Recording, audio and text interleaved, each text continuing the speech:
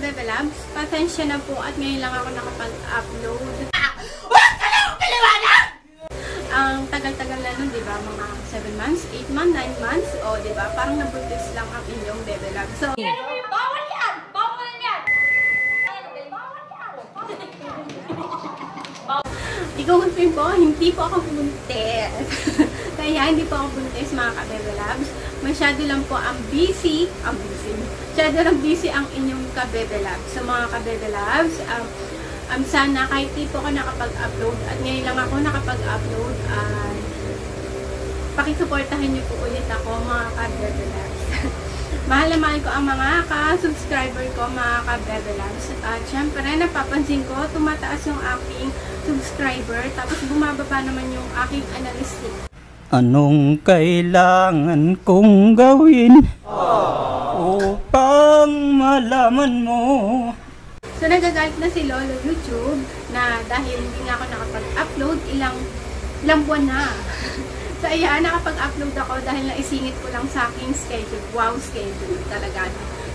Naisingit ko lang sa schedule ko, mga ka-Bebe Labs, dahil meron nga akong nilakad na importanteng mahalaga. Gago! Wow, importante, mahalaga na nga, diba? So, ayan, mga ka-Bebe Labs, ngayon ay nakapag-upload po ako dahil meron po akong ituturo sa inyo. Siyempre, tutorial ulit po ito, mga ka-Bebe Labs. Oh, this is my side. Listen, look, and listen, and learn. Very informative to, mga ka-Bebe Labs. No, ito ang ituturo ko ay Facebook, mga ka-Bebe Labs. Sa Facebook nyo, para iwas hack. Iwas sa mga taong manluloko. Wow. Taong manluloko. Ouch. Yo, diba? So, mga ka-Bebe Labs, iwasan po natin yung Facebook natin ay i-login sa iba. So, ayan. Or, yung error system, mga kumbaga, sa Facebook, mga ka-Bebe Labs. Yun ang aking ituturo sa inyo, mga ka-Bebe Labs. At kailangan nyo talaga itong malaman. At syempre, para malaman nyo, ay tapusin nyo ang aking video, mga ka-Bebe Labs. No. Yan, ituturo ko na nga sa inyo, mga ka-Bebe Labs, at baka may magalit na naman. At pasensya na po talaga. At ngayon lang ako nakapag-upload. At sa mga nagagalit dahil yung mga past na tutorial ko ay hindi nila naintindihan. Pasensya na po, mga ka-Bebe Labs. Nagmamadali, diba? So, nagmamadali ako dahil syempre may magagalit na naman dahil marami daw akong kuda. So, ayan, mga ka-Bebe Labs, ituturo ko sa inyo yung Facebook nga, diba? So, iwas ang ating Facebook sa mga error or system error, mga ka-Bebe Labs. So, ayan, mga ka-Bebe Labs, ang ituturo natin ngayon ay paano nyo nga ba malalaman kung may system error ang inyong Facebook account. Sa mga hindi pa po nakakaalam nito, ay kailangan nyo pong malaman ang inyong Facebook account kung meron nga bang system error. So, ayan, panoorin nyo lang po hanggang dulo para malaman ninyo. Siyempre, una-una, kailangan natin buksan ang ating Facebook account.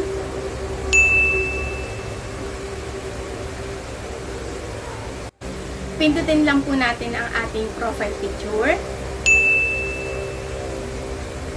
Pindutin po natin yung about.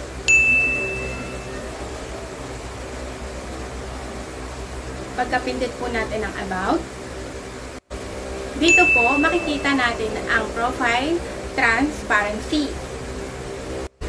Sa may gilid naman po, makikita po natin ang see all.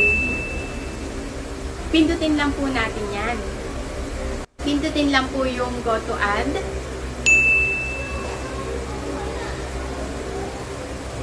Dito po sa baba, makikita po natin yung system status.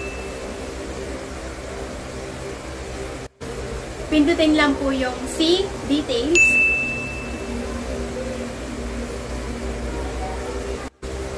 Dito po, makikita po natin yung kulay green po siya. Ang ibig sabihin lang po niyan, wala pong issue ang inyong Facebook account. Dito naman po sa may baba, pindutin niyo lang po yung view history.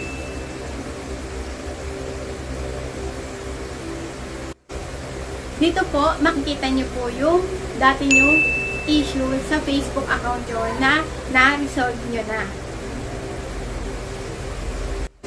Ayan po, makikita nyo pong kulay green na po siya. Ibig pong sabihin yan, safe ang inyong Facebook account mga ka-Bebe Loves sa mga issue or kung ano-ano man yan mga ka-Bebe Loves. So, yun. Sana po ay nakatulong sa inyo mga ka-Bebe Loves ang aking tutorial. Sana po ay nakatulong sa inyo mga ka-Bebe Loves.